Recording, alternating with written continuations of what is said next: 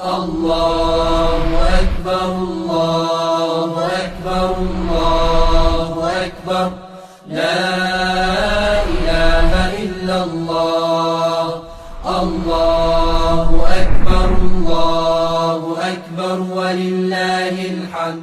الحمد لله رب العالمين والصلاة والسلام على أشرف الأنبياء والمرسلين سيدنا محمد وعلى آله وصحبه أجمعين وبعد. السلام عليكم ورحمة الله تعالى وبركاته.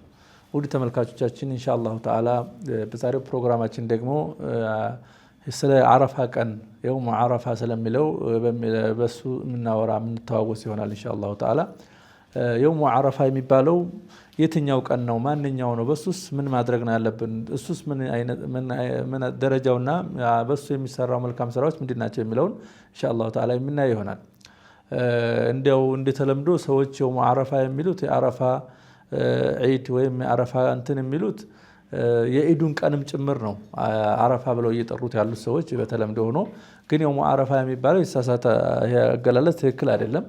የውም አረፋ የሚባለው 9ኛው ቀን ነው። ከዒዱ በፊት ቀድሞ ያለው ቀን ነው የውም አረፋ የሚባለው። አልየውሙ ታሲዕ ሚን ሸህሪ ዚልሒጃ፣ የዚልሒጃ ጨረቃ የ9ኛው ቀን የውም አረፋ ይባላል። እሱ ሑጃጆች በአላህ ጀበል አረፋ ላይ ቆመው ዱዓ የሚያደርጉበት፣ ወደ ጌታቸው የሚማጸኑበት፣ አላህን የሚለምኑበት ታላቁን የሐጁን ክንዋኔ ዋነኛውን የሚፈጽሙበት ቀን ነው። ነብዩ ሰለላሁ ዐለይሂ ወሰለም አልሐጁ አረፋ፣ ዋናው የሐጅ ክንዋኔ ወይም የሐጅ ተግባር አረፋ ነው ብለው የገለጹበት ታላቅ ቀን ነው የውም አረፋ የሚባለው።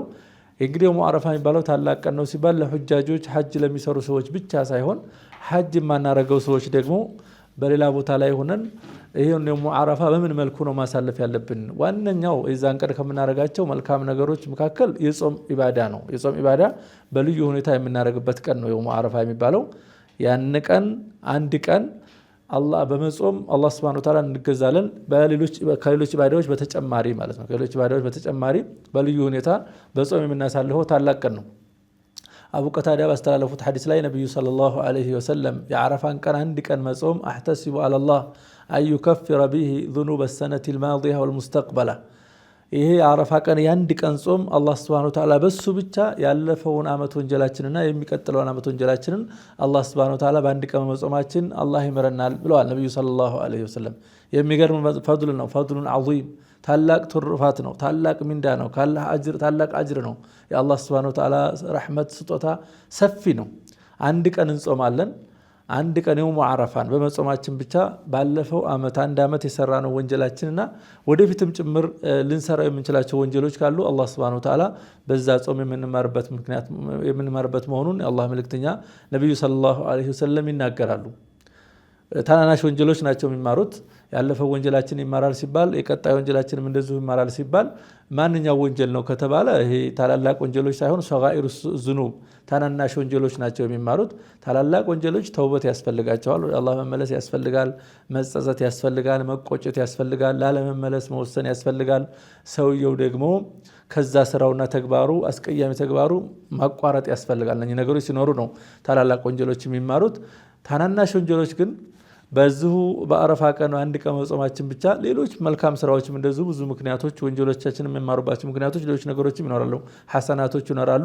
በነዛ በተጨማሪ ይሄን የአረፋን ቀን አንድ ቀን መጾማችን እንደዚሁ ወንጀላችንን ጭምር ታናናሽ ወንጀላችንን የምንማርበት ምክንያት ስለሆነ ይሄን የአረፋን ቀን አንድ ቀን ጾም ልንጠቀምበት ይገባል፣ ልናሳልፈው አይገባም። ይሄን ታላቅ ፍርሷና ታላቅ እድል እንደ ቀላል ነገር እንደ ትንሽ ነገር ነፍል ነው በሚል ብቻ አዎ ነፍል ነው፣ ትርፍ ጾም ነው። ሆኖም ግን ደግሞ የምናገኘው አጅር በሱን በመጾማችን የምናገኘው አጅር ደግሞ ታላቅ በመሆኑ ይሄንን እድል መጠቀም ይኖርብናል።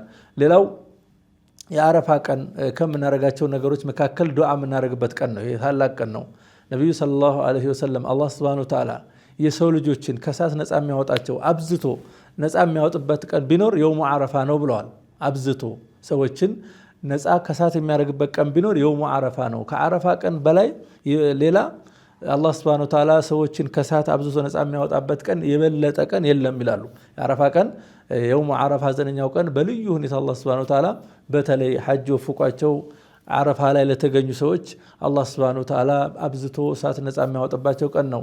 ባሮቼ እኔን እየለመኑ ነው፣ እኔን እየተማጸኑ ነው ብሎ አላህ Subhanahu Wa Ta'ala መላእክቶች የሚናገርበትና የባሮችን ክብር የሚገልጽበት ትልዩ ቀን ነው ይሄ ቀንና በዚሁ አጋጣሚ እኛም ባለንበት ሁኔታ ሆነን አላህ Subhanahu Wa Ta'ala ለምን አላህ ልንማጸን ልንገዛ መልካም ስራዎችን የምናበዛበት ወሳኝ ቀን ስለሆነ ይሄም ቀን ሊያልፈና አይገባም። ሰይጣን የሚዋረድበት የሚያፍርበት ዝቅ የሚልበት ቀን ቢኖር የውሙ አረፋ ነው ይላሉና እንደዚህ ታላቅ ቀን ነው። አፍደሉል አያም የቀናቶች ሁሉ ከዓመቱ ቀናቶች ሁሉ ታላቅ ቀን ነው ተብሎ የተሰየመ ቀን ስለሆነ ይሄን ቀን ቢኢዝኒላህ Subhanahu Wa Ta'ala በቀላል በዋዛ ባልሆኑ ነገሮች ልናሳልፈው አይገባም። እንደምንም እንደ በጣም አስቸጋሪ ዑዝርና ችግር ከሌለ እሱን በመጾም እነኚህን ታላቅ ምንዳዎች የቀረቡ እድሎችና የቀረቡ ቻንሶችን መጠቀም ያስፈልጋል። ጀዛኩሙላሁ ኸይረን ለማለት ነው።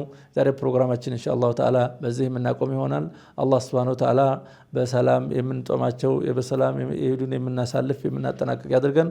ወሰላሙ አለይኩም ወራህመቱላሂ ተዓላ ወበረካቱ። አላሁ አክበር አላሁ አክበር አላሁ አክበር لا إله إلا الله الله أكبر الله